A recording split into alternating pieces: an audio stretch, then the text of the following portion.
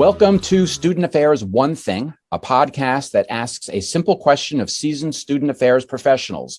What is one thing you have learned that has helped shape your professional career? I'm your host, Stuart Brown, founder of studentaffairs.com, one of the most accessed websites by student affairs professionals. On our pages, we have the most cost-effective job posting board listing hundreds of open student services positions, a wide range of webinars, and a virtual exhibit hall. We would like to thank our sponsor, the National Society of Leadership and Success, the largest leadership honor society in the nation, providing an accredited 5-step leadership development program for members to build their leadership skills.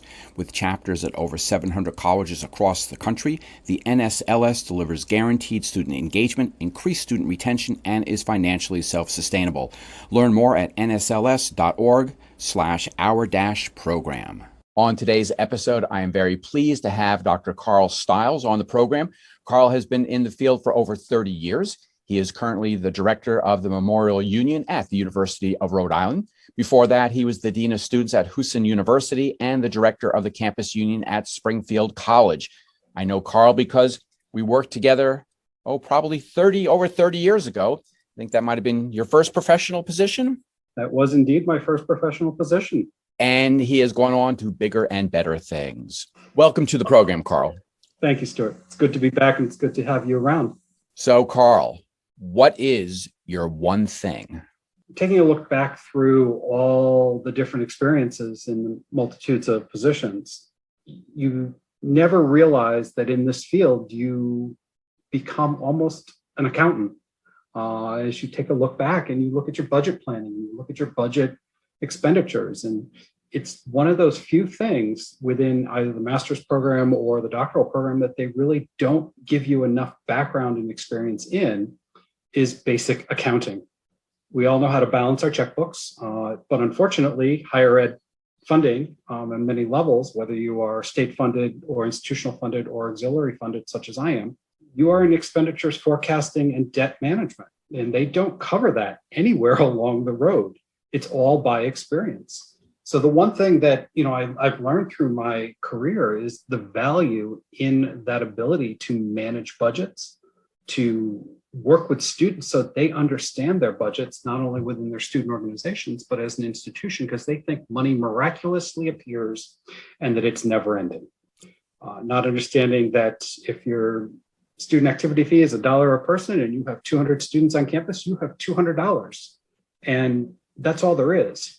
There's no ATM magically appearing. So was there an incident, an episode in your career where it really focused on the need to have some experience with accounting and budgets? Really, my prior position at Husson and my current one at URI, for two different reasons. One, at Husson, when you're the chief student affairs officer, you really have a divisional budget, single office that you're managing, but you are looking at expenditures and income for 6 or 7 different offices and having to balance that within the university's budget. As an institutionally funded organization, as an auxiliary, we are student fee funded, and there's no magic bailout should we go over budget. So right now we are planning a renovation of our facility, and we need to make sure that, one, it's being done correctly, and two, that the funding that we're getting from the state is used appropriately for the renovation, and that because the students pay for it. And that's something that a lot of professionals, especially young professionals, don't fully understand. When you're an auxiliary, in most instances, you don't get money from the institution. It is totally and singularly student fee monies. And you need to, what if part of your mission is affordability and access, you need to take that into account when you are looking at these large expenditures. And that's one of the pieces that we're doing right now. Carl, so if you have a new professional, a grad student who's listening to this episode of the Student Affairs One Thing, and they don't have that background, that experience, what is the one thing you would tell them to maybe get that experience, or who they would seek out on their campus, or maybe their colleagues or whatever? As you take a look at that and look to gain some experience, you have to really connect with the budget manager within your office, whether that is the director, whether it is an assistant or associate dean, the vice president, or the university's comptroller's office. Really sit down with them so that you have an understanding of the budget itself, meaning where's money sourced from? How is it recorded as an expenditure and an encumbrance.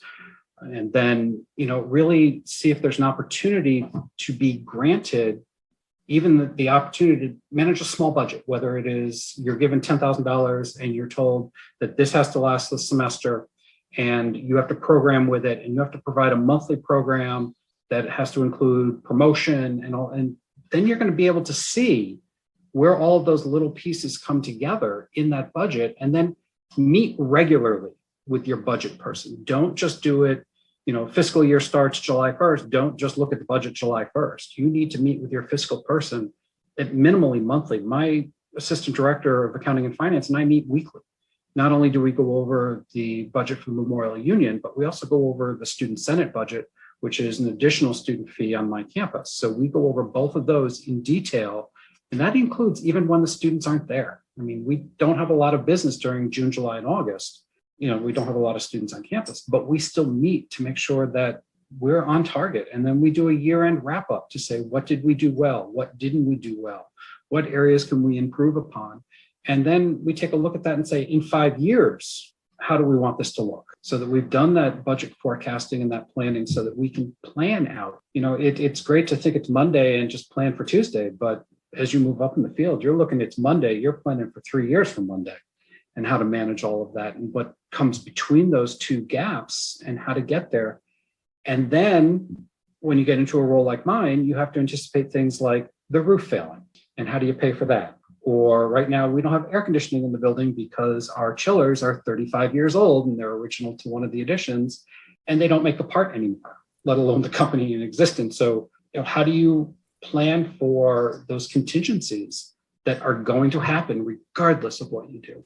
I think that's really great advice, especially for professionals new to the field, or even people that have been in the field for a few years, that if you don't have that background, you don't have that experience, instead of just sitting back and say, well, I don't know, but to really search out for someone. If you have a large office and if you have a small office, find someone else around the campus that will take you under their wing to teach you. And I think that's one of the great things about student affairs is we always like to teach. We like to be a mentor.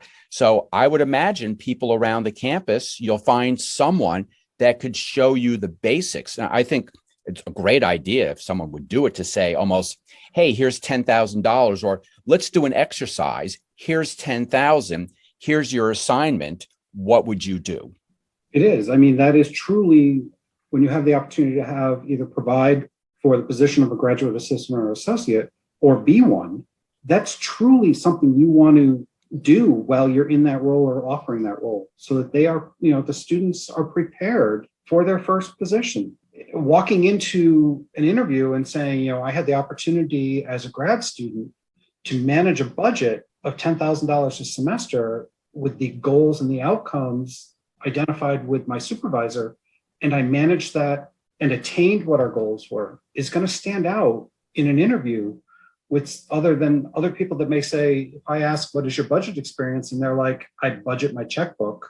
Carl, I want to thank you for sharing your student affairs one thing. I think it's a really important thing. And like you said, unfortunately, overlooked a lot in preparation programs and for new professionals. So again, thank you.